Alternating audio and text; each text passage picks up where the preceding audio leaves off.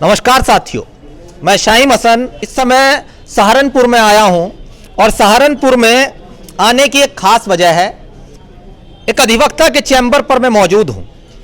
सहारनपुर में क्या पश्चिम के एक बड़े अधिवक्ता माने जाते हैं, लेकिन ये बड़े हैं मैं इसलिए नहीं आया हूं, लेकिन कुछ समय से मैंने देखा है कि इनका नाम मीडिया में चल रहा है। क्यों चल रहा है वो मैं आपको बता देता हूं। आपने उत्तराखंड में एक एनकाउंटर के बारे में जरूर सुना होगा। जी हाँ, एक छात्र एमबीए का छात्र था रणबीर, एनकाउंटर के बारे में आपने सुना था, जिसको पुलिस कर्मियों ने एनकाउंटर किया था और उसके बाद बाकायदा उन पर मुकदमा दर्ज हुआ और सजा भी हुई थी।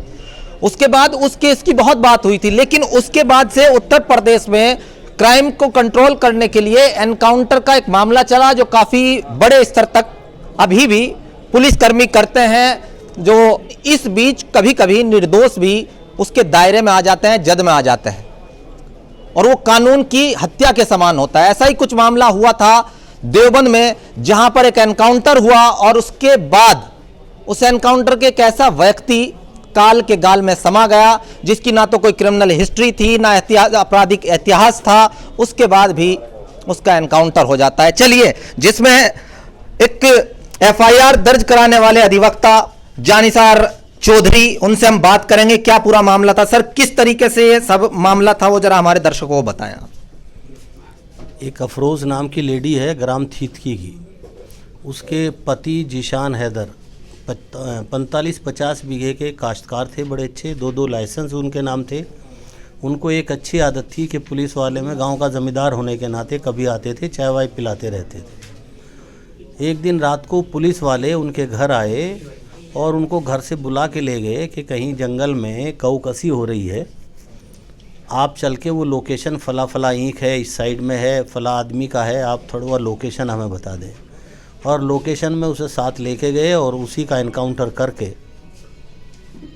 और उसका कत्ल कर दिया, जिसकी बाबत करीबन 1.5 साल से अदालत में कार्रवाई चल रही थी। पुलिस वालों ने कोई एफआईआर दर्ज नहीं की। चीफ जुडिशियल मजिस्ट्रेट सहारनपुर ने हाल ही में 19 जनवरी 2023 में उसमें एफआईआर दर्ज करने के ऑर्डर हुए हैं और 12 पुलिसकर्मी हैं, जिसमें 3 एसआई हैं और 9 सिपाही हैं। उन सब के 12 लोगों के खिलाफ मुकदमा दर्ज हो चुका है और इन्वेस्टिगेशन कप्तान साहब ने क्राइम ब्रांच सहारनपुर को, अपने ही मातहत हैं जो, उनको सौंपी है। अगली कार्रवाई पुलिस क्या करती है ये इन्वेस्टिगेशन के बाद पता लगेगा। भरोसा है सर, जो मतलब पुलिस क्या इसमें निष्पक्ष जांच कर पाएगी? देखो, ये तो सब कानून की बातें हैं, हमें कानून पे भरोसा है।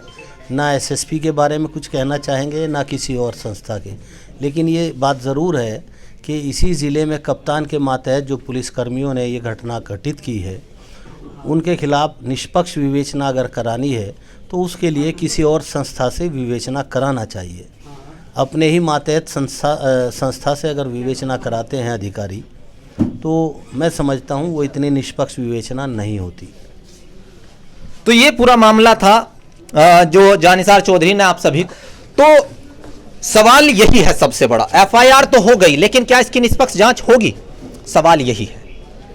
लेकिन एफआईआर, मैं उस चीफ जुडिशियल मजिस्ट्रेट की हिम्मत की दाद देना चाहूंगा कि उसने उस कुर्सी पर बैठकर उस संवैधानिक संस्था की मान का, मर्यादा का ख्याल किया और एफआईआर के आदेश किए। अब सवाल बनता है कि पुलिस कितनी तत्परता से इसमें जांच करती है, क्योंकि पुलिस के खिलाफ ही पुलिस जब जांच करेगी तो वो देखने वाली बात होगी कि कब दूध का दूध, पानी का पानी होता है कि नहीं।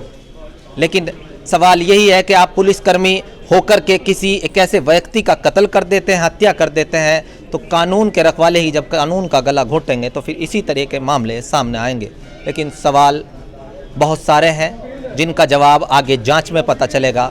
इसी तरह की खबरों को देखते रहने के लिए जुड़ रहिएगा मेरे साथ में शाहिम हसन। परफेक्ट खबर, आपकी आवाज़ आप तक। परफेक्ट खबर, आपकी आवाज़ आप